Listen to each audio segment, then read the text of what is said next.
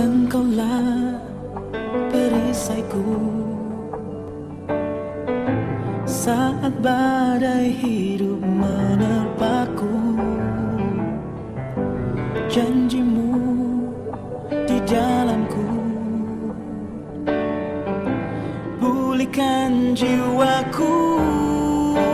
Ku kan berdiri di tengah badai dengan kekuatan yang kau berikan. Sampai kapanpun ku kan bertahan, karena Yesus selalu menopang hidupku.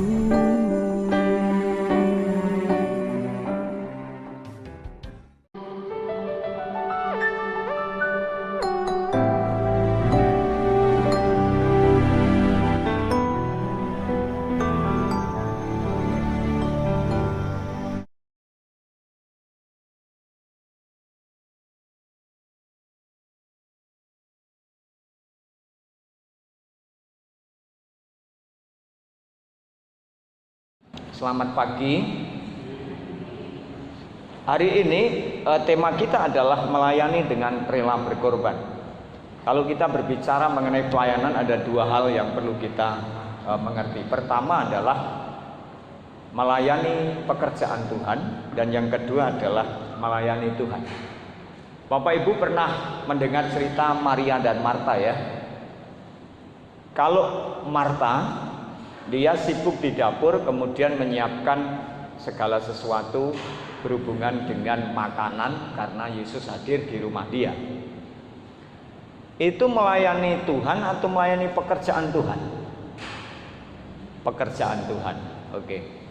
Nah, pada saat itu Maria, dia duduk mendengar apa yang disampaikan oleh Yesus. Maria sedang melayani Tuhan atau melayani pekerjaan Tuhan? Melayani Tuhan. Nah, sekarang pertanyaannya, apakah melayani pekerjaan Tuhan dengan melayani Tuhan itu salah? Tentu tidak. Tapi yang saya akan tanyakan begini, apakah kita hidup ini hanya melayani Tuhan tapi tidak boleh melayani pekerjaan Tuhan? Tentu tidak. Apakah kemudian Marta ketika melayani pekerjaan Tuhan di hadapan Tuhan itu salah? Tidak. Tapi Tuhan ingin sampaikan bahwa yang terutama dalam hidup ini adalah melayani Tuhan. Mendengar firman Tuhan adalah hal yang paling utama dalam hidup kita daripada kita melayani pekerjaan Tuhan. Mengapa demikian? Karena firman itu harus menjadi dasar dalam hidup kita. Kalau kita sendiri tidak memiliki dasar yang kuat, maka kita akan menjadi bangunan yang cepat roboh dalam menghadapi segala situasi dan kondisi. Ada satu pertanyaan berikutnya begini, Pak, bagaimana kemudian yang tidak mengadakan kebaktian di gedung gereja? Nah, kalau itu yang menjadi pertanyaan, apakah dia dianggap tidak melayani Tuhan? Pertanyaannya begini Bapak Ibu, apakah Tuhan hanya hadir di dalam gedung gereja ini? Ketika Bapak Ibu memiliki pemahaman bahwa Tuhan hanya hadir di gedung gereja ini, tapi Tuhan tidak bisa hadir di tempat lain, bahkan di rumah kita, maka kita akan salah mengerti dalam memahami apa artinya ibadah atau kebaktian atau melayani Tuhan. Jadi Bapak Ibu yang dikasihi oleh Tuhan, ketika kemudian kita ada kebaktian di gedung ini, tapi sebagian juga ada kebaktian atau ibadah di rumah mereka masing-masing, kita percaya bahwa Tuhan bisa hadir dimanapun. Yang diutamakan terpenting adalah bagaimana kita mengorbankan waktu, karena Tuhan begitu peduli 24 jam untuk hidup kita. Itu yang utama. Jadi bukan masalah tempat. Oleh karena itu Bapak Ibu yang dikasihi oleh Tuhan, kenapa kemudian kita harus membatasi dalam kondisi-kondisi ini? Kita perlu tahu. Karena ini bagian daripada pelayanan yang merupakan korban dari setiap kita untuk melayani Tuhan dan melayani pekerjaan Tuhan. Bapak Ibu bisa bayangkan ketika misalkan penduduk Jogja itu kurang lebih sekitar 3 juta sekian atau 4 juta. Kemudian yang sakit misalkan 1 juta. Apakah kemudian rumah sakit kita mampu untuk menangani itu dengan baik? Apakah dokter kita kemudian mampu untuk menangani itu dengan baik? Kita bisa bayangkan itu. Oleh karena itu ketika kita kemudian membatasi yang sehat, mari kita ibadah, itu pun harus mengikuti protokoler kita, bagaimana menjadi kita bisa beribadah di tempat ini dengan kondisi yang fit. Itu menjadi penting. Bukan sekedar kita membantu pemerintah. Iya, karena pemerintah, tidak ada pemerintah yang bukan dari Tuhan. Tapi sisi yang lain adalah kita perlu ada apa? Waktu korban. Kemudian bagi orang lain juga, siapa tahu mungkin kita kuat, tetapi orang lain tidak kuat secara daya tahan tubuh mereka. Karena kita bisa saja menularkan satu dengan yang lain. Dan kita lihat perkembangan dalam waktu hanya 20 hari saja sudah berapa ratus, kemudian berapa yang meninggal, kemudian berapa yang kemudian pandemi itu terus berkembang untuk wilayah kita saja. Jadi Bapak Ibu yang dikasihi oleh Tuhan, mari kita bersama-sama saat ini untuk berpikir secara jernih berkenaan dengan kondisi dan situasi. Kita tidak perlu mencela kepada gereja-gereja yang kemudian meniadakan kebaktian di sebuah gedung gereja, tetapi mereka tetap beribadah dengan cara yang disiapkan oleh orang-orang yang siap berkorban untuk menangani itu. Nah, kita belum punya cara yang kemudian bisa dipakai untuk itu. Tapi ada hal yang bisa kita lakukan dengan cara bagaimana kemudian kita bisa beribadah kepada Tuhan. Itu harus menjadi pemahaman kita. Ada ayat yang menarik dari Kisah Para Rasul pasal 20. Mari kita akan lihat Kisah Para Rasul pasal 20 ayat 18 sampai 21. Berkata demikian. Sesudah mereka datang, berkatalah ia kepada mereka, kamu tahu bagaimana aku hidup di antara kamu sejak hari pertama aku tiba di Asia ini. Dengan segala rendah hati aku melayani Tuhan. Dalam pelayanan itu aku banyak mencucurkan air mata dan banyak mengalami pencobaan dari pihak orang Yahudi yang mau membunuh aku. Sungguh pun demikian aku tidak pernah melalaikan apa yang berguna bagi kamu. Semua aku beritakan dan kuajarkan kepada kamu, baik di muka umum maupun dalam perkumpulan-perkumpulan di rumah kamu. Aku senantiasa bersaksi kepada orang-orang Yahudi dan orang-orang Yunani, supaya mereka bertobat kepada Allah dan percaya kepada Tuhan kita Yesus Kristus. Latar belakang daripada perikop ini adalah merupakan perjalanan Paulus di dalam pemberitaan Injil. Paulus sampai ke Makedonia. Setelah sampai ke Makedonia, kemudian pelayanan di sana, dia menuju ke Troas. Setelah dari Troas kemudian dia ke Miletus. Itu perjalanan dari kota ke kota, dari wilayah ke wilayah, dari pulau ke pulau. Kemudian dia sengaja tidak mampir di Efesus sebagai tempat yang pernah dia layani pada perjalanan PI pertama dan Efesus itu didirikan. Nah, kenapa dia tidak mampir di Efesus, Bapak Ibu? Supaya dia itu lebih cepat buru-buru untuk kemudian sampai ke Yerusalem, karena supaya nanti tidak telat pada hari Pentakosta, itu dia sudah berada di Yerusalem. Oleh karena itu Paulus kemudian menyuruh orang Miletus ini untuk kemudian dia pergi ke Efesus menyampaikan kepada para penatua, supaya para penatua di Efesus ini bisa datang ke Miletus, dan kemudian Paulus akan mengadakan perpisahan kepada para penatua ini. Jarak antara Efesus dan Miletus itu kurang lebih sekitar 78,2 kilo. Itu jaraknya. Dan kemudian untuk bisa sampai ke Efesus dari Miletus perlu ada orang yang berani berkorban untuk itu.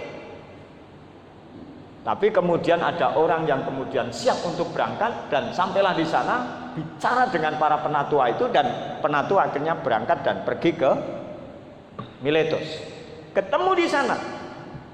Kemudian Paulus memberikan nasihat pada pertemuan perpisahan antara Paulus dengan para penatua Efesus ini, karena Paulus sendiri tidak akan bisa ketemu lagi karena pelayanan-pelayanan yang harus dia emban pada waktu itu. Bapak Ibu, apa yang menjadi nasihat Paulus dapat menjadi perenungan kita. Apa saja nasihat yang baik dari Paulus ini yang membuktikan bahwa pelayanan itu perlu yang namanya rela berkorban. Mari kita akan lihat. Yang pertama, ayat 18. Sesudah mereka datang, berkatalah ia kepada mereka, kamu tahu bagaimana aku hidup di antara kamu sejak hari pertama aku tiba di Asia ini. Itu kata Paulus. Artinya yang pertama, Paulus sebagai seorang yang melayani, dia harus hidup di antara orang yang kita layani. Sekali lagi, kalau kita mengambil keputusan saya mau melayani Tuhan, saya mau melayani pekerjaan Tuhan, maka hidup di antara orang yang kita layani. Siapa kita? Kita adalah umat Tuhan, dulosnya Tuhan, hamba Tuhan. Itu setiap kita. Dan setiap kita punya tanggung jawab yang namanya apa? Pelayanan. Tapi kalau kita mau melayani, maka kita harus hidup di antara orang yang kita layani. Maka perhatikan di ayat 18 itu, kamu tahu bagaimana aku hidup di antara kamu. Artinya karena Paulus hidup di antara para penatua itu, hidup di antara jemaat dan melayani mereka, jemaat itu ngerti, dia membuktikan betapa pengorbanannya bagi Paulus buat mereka, buat mengajar mereka. Ini dinasihatkan kepada para penatua, para pemimpin-pemimpin jemaat di Efesus itu. Yang berikutnya, apa yang menjadi standar Paulus itu penting. Lihat di ayat 19. Ayat 19 bisa ditayangkan, dikatakan begini, dengan segala rendah hati dia hadir di lingkungan jemaat itu, dia bersama dengan jemaat itu, dia merasakan kondisi jemaat itu, dia merasakan bagaimana pencobaan-pencobaan yang dia alami, dia merasakan kondisi bagaimana pada waktu itu menghadapi tantangan yang begitu berat. Tapi satu hal yang menjadi dasar daripada pelayanannya bukan kesombongan. Bukan kesombongan keberadaan dirinya secara fisik, bukan kesombongan keberadaan dirinya secara materi. Apalagi Paulus, orang yang begitu dalam keadaannya semua tinggalkan untuk melayani Tuhan. Secara materi mungkin tidak punya, apa yang mau disombongkan. Tapi Alkitab menulis luar biasa bahwa Paulus melayani dengan rendah hati. Apa itu rendah hati? Dalam bahasa lain, tidak sombong, tidak tinggi hati. Orang yang rendah hati adalah menghargai orang lain. Orang yang rendah hati adalah menganggap yang lain lebih utama daripada dirinya. Ini standar Paulus. Nah, kalau kemudian kita lihat ya, apa saja keadaan Paulus yang Paulus alami. Kalau kita bandingkan dengan pribadi dia, standar hidup dia, dan apa yang dia alami itu menjadi penting. Lihat di ayat 19 bagian B. Masih di situ. Dikatakan begini, dengan segala rendah hati aku melayani Tuhan. Dalam pelayanan itu aku banyak mencucurkan air mata dan banyak mengalami pencobaan dari pihak orang Yahudi yang mau membunuh aku. Yang pertama, Paulus banyak mencucurkan air mata. Ini keadaan yang dia alami. Dia menangis, dia merasakan pergumulan yang diserahkan kepada dia oleh Tuhan, dirasakan secara manusia begitu berat. Kalau kita lihat perjalanan Paulus masuk penjara dan keluar penjara, diadili, itu Paulus. Kemudian Paulus tahu dari semuanya itu, sekalipun dia harus mencucurkan air mata, Paulus tahu tanggung jawab dan dia tahu apa yang menjadi tanggung jawab Tuhan atas dirinya. Kemudian Paulus berkata, banyak mengalami pencobaan, bahkan dikatakan akan dibunuh. Artinya tantangan yang berat. Paulus bukan seorang hamba Tuhan yang nekat, tetapi dia harus menyingkir kadang ke tempat lain demi perluasan Injil, demi banyak kemudian orang yang mendengar kehebatan Tuhan. Bukan berarti dia tidak beriman, tetapi ada tuntunan Tuhan untuk kemudian dia memenangkan pertandingan itu, untuk kemudian dia bisa bersiap diri masuk sebuah pelayanan yang lebih besar dalam kehidupannya. Saudaraku, kita sekarang diperhadapkan dengan sebuah pelayanan yang mungkin keadaan kita tidak sama seperti Paulus, tapi kita dihadapkan dengan tantangan yang sama, dengan COVID-19. Apa yang kemudian ada di benak hati kita?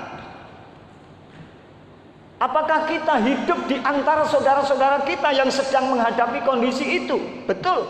Kita sedang hidup dalam kondisi itu. Kita sedang hidup dalam kondisi yang sama.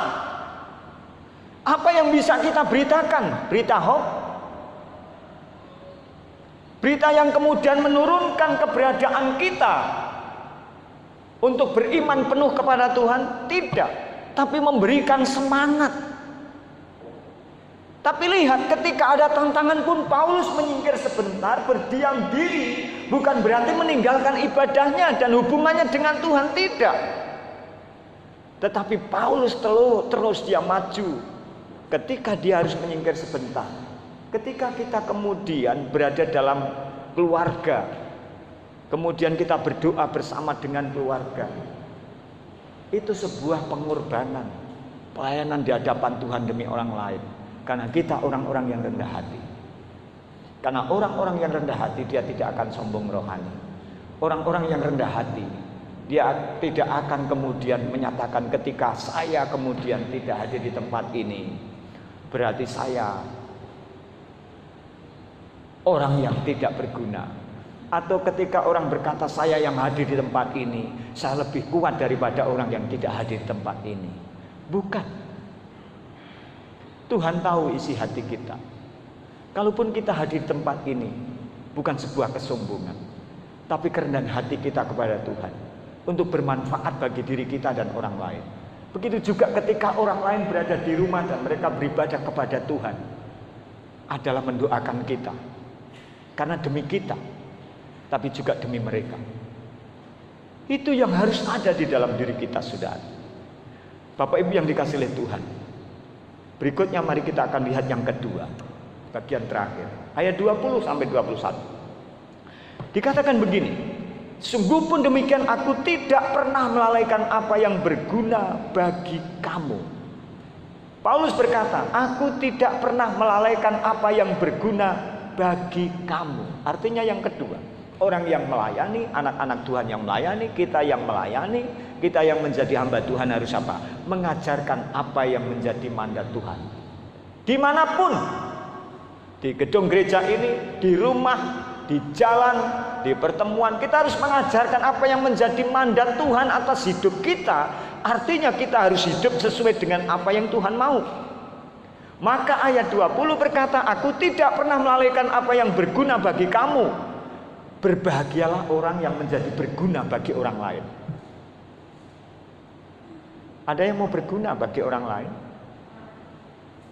Itu menjadi pertanyaan. Banyak orang yang hidup-hidupan, tidak bisa menjadi berguna bagi orang lain. Bagaimana berguna bagi orang lain? Kalau kita sakit, menjaga diri kita supaya orang lain tidak tertular sakit kita. Itu artinya apa? Kita berguna bagi orang lain. Kalau kita menjaga jarak supaya orang lain tidak ketularan sakit kita, itu berguna bagi orang lain. Kalau kita kemudian ada masa-masa tertentu untuk berdiam diri, kemudian datang kepada Tuhan dengan doa demi kesehatan kita dan kesehatan orang lain, itu untuk orang lain. Itu mengajarkan bagaimana kita berfungsi bagi orang lain. Kita lihat mandatnya Paulus apa? Dia memberitakan dan mengajarkan firman Tuhan baik secara umum maupun di rumah-rumah. Artinya ada tempat-tempat yang Paulus mengajarkan firman itu secara umum. Seperti sekarang ini secara umum Bapak Ibu hadir di tempat ini, tetapi juga mengajarkan di rumah-rumah. Artinya ada tempat-tempat di mana berkumpulnya orang, bisa di rumah, bisa di tempat ini Tuhan hadir. Bukan hanya Tuhan hadir di tempat ini, tapi Tuhan juga hadir di rumah-rumah, di mana setiap orang-orang berkumpul menyembah Tuhan dan memuliakan Tuhan.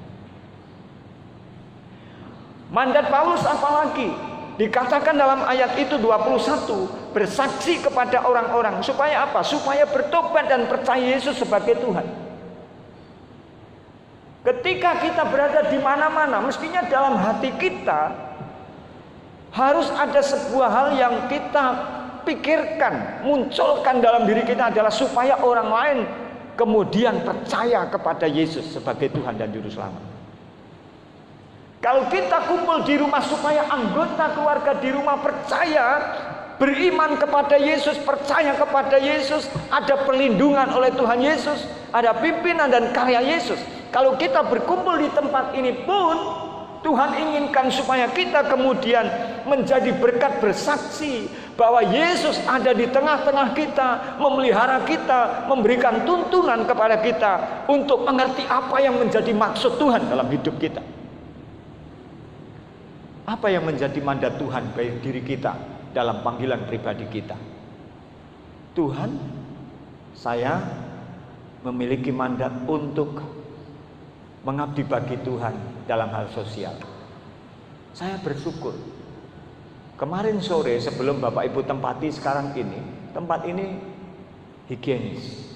Secara manusiawi apa yang menjadi tanggung jawab kita lakukan. Siapa yang melakukan? Anak-anak muda. Saya tidak cawe-cawe. Saya lihat bagaimana mereka berjuang bagi Bapak Ibu ketika datang di tempat ini bisa dengan nyaman. Disemprot ini semua, sampai lantai-lantainya, sampai alat-alatnya semua. Saya haru dan menangis mendoakan mereka.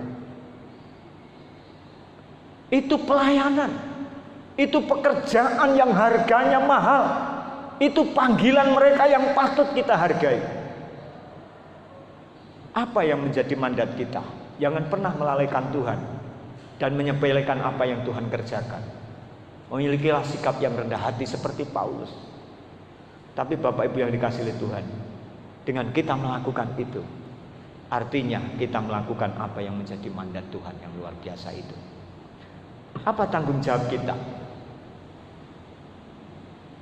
Itu menjadi pertanyaan penting buat kita. Apa yang bisa kita lakukan dalam mengemban mandat Tuhan ini dalam kondisi sekarang ini? Kita sombong rohani?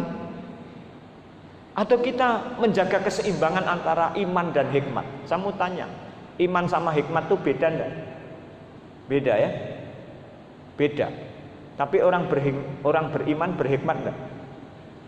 Berhikmat. Iman dan hikmat itu beda, tapi orang beriman itu pasti berhikmat. Jadi hati-hati, kemudian kadang muncul kesombongan rohani bahwa merasa paling beriman dengan kondisi yang ada ini. Tapi sisi yang lain kemudian menembak diri kita sendiri. Menembak apa? Kalau kita sakit masih perlu obat dan dokter. Itu artinya apa? Hikmat yang Tuhan beri. Kalau mati hidup itu urusannya Tuhan. Oleh karena itu apa? Apa yang menjadi tanggung jawab kita lakukan, tanggung jawab kita lakukan, yang menjadi tanggung jawabnya Tuhan jangan diambil alih. Apa yang menjadi tanggung jawab kita adalah kita melakukan dengan cara kita menjaga kebersihan, menjaga hubungan. Kalau pemerintah sarankan jangan ke mal-mal dulu, jangan ke tempat keramaian dulu, jangan keras kepala. Karena itu semua demi apa? Demi kita bisa menjaga pihak lain dan upaya-upaya dilakukan. Sampai tadi di awal saya pernah sampaikan. Kalau seandainya satu gereja ini saja kemudian masuk di klinik, dokter terbatas enggak di klinik kita?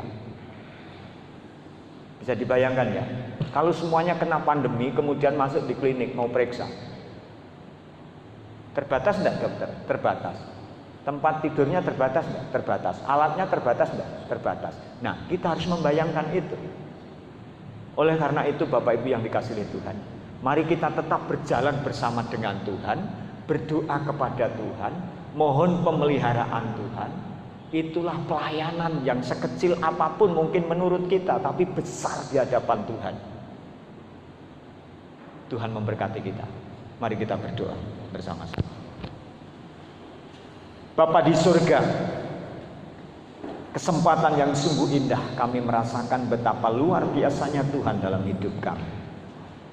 Engkau tidak pernah meninggalkan kami. Kami hanya percaya Tuhan bahwa kuasa-Mu sungguh ajaib dalam hidup kami.